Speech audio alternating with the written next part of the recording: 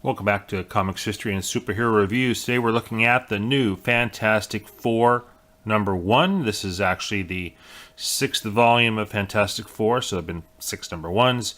But this is a biggie because the Fantastic Four has not been around as a group or as a comic book for about 3 years. There's a lot of back and forth as to why, but we won't deal with that right now.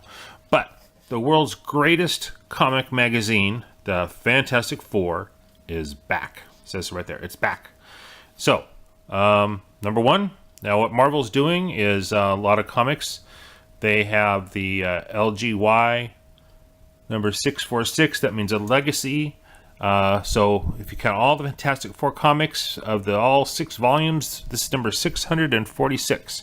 Written by Dan Slott, art by Sara Pichelli. Simone Bianchi also has art in here, as well as Scotty Young.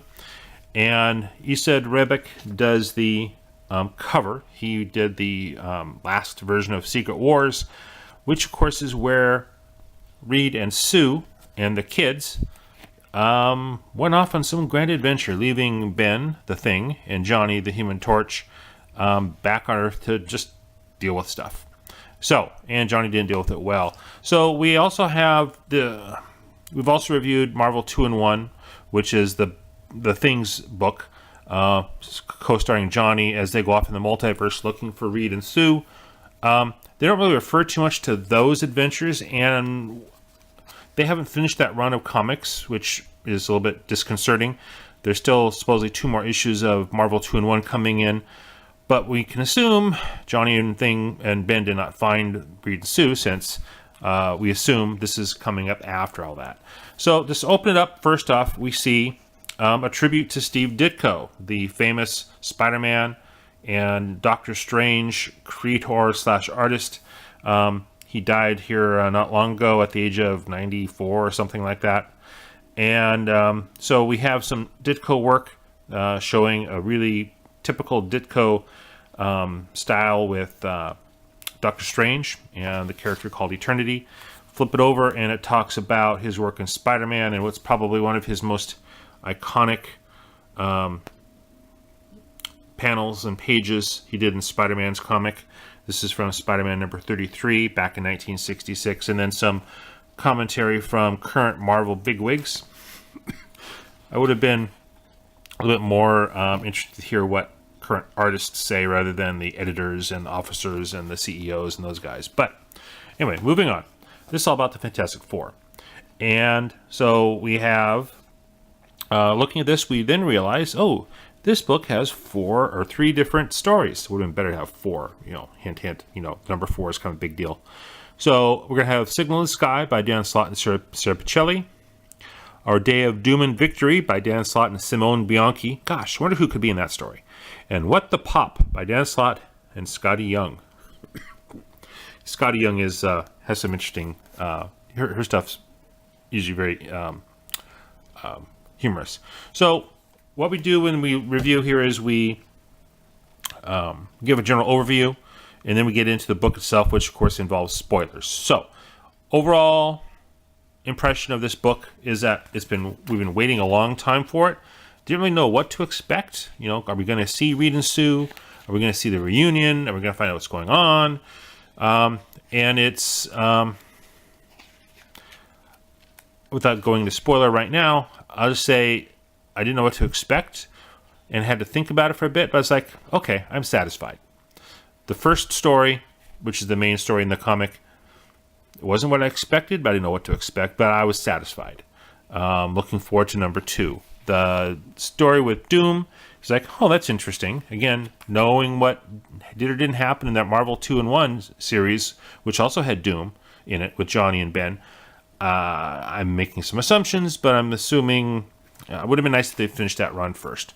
So, but Marvel has kind of screwed up continuity multiple times. This is nothing new. Hear that, Quesada and Cebulski and Lowe? You screw up continuity. Continuity! So, we're just going to review real quick. The art here is Sara Pichelli. Generally, I like her work. I can't say I'm happy with this picture. I mean, that's supposed to be Reed Richards? Come on. That's Reed Richards? Really? I mean, the others, yeah, I can tell who they are. But I don't know. Later on, we'll see something better. So a lot of this is about relationships, which, of course, is what the Fantastic Four is about. It's a family. It's an extended family. We'll see several members of that family, including Alicia Masters, White Wingfoot. Not too sure about the relationship they have at this point. I've heard some things about Storm, and they've hinted things lately, but I don't know. Anyway, moving on here. The ever-loving blue-eyed thing and kittens. So we have some kids who are messing around. Everyone is saying, "Oh wow, it's the Fantastic Four! They're back! They're back!" And then Johnny Storm goes and finds out it's a couple of kids who just were messing around with a Fantastic Four flare gun. And moving forward, we now keep in mind, given that this book has been around for 3+ years, and the Fantastic Four movies have kind of all sucked, this is pretty much an introductory issue.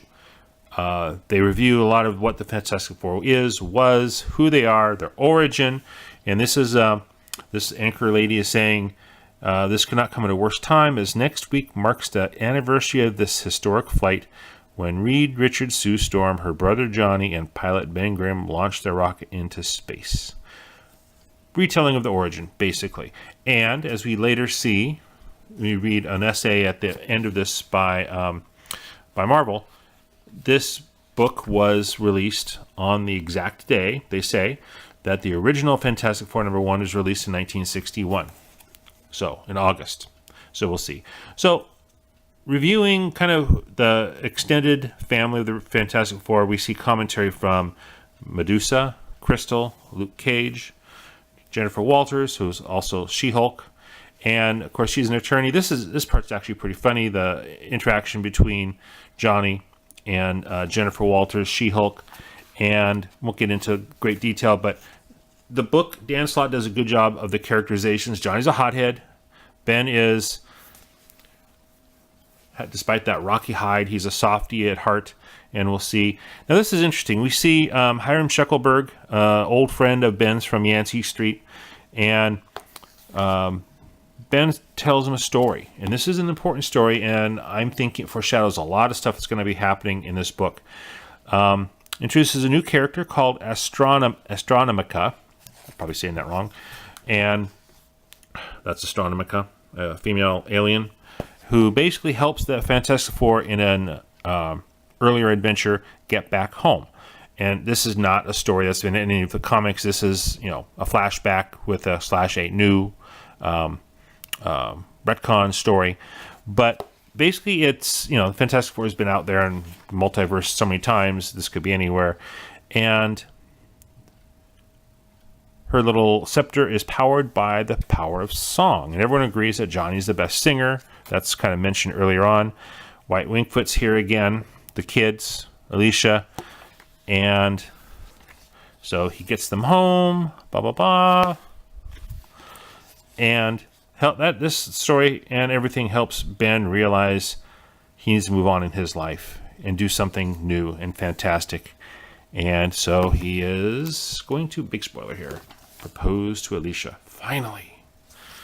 So, Johnny comes in. We won't get into that too much, except he's a hothead still. And he goes up and asks for a sign. Reed, you're the smartest man in the universe. I know you're out there. And I know you have got to have some way to see me, to hear me. And you're smart enough to figure out a way to show me a sign. So do it. Show me a damn sign.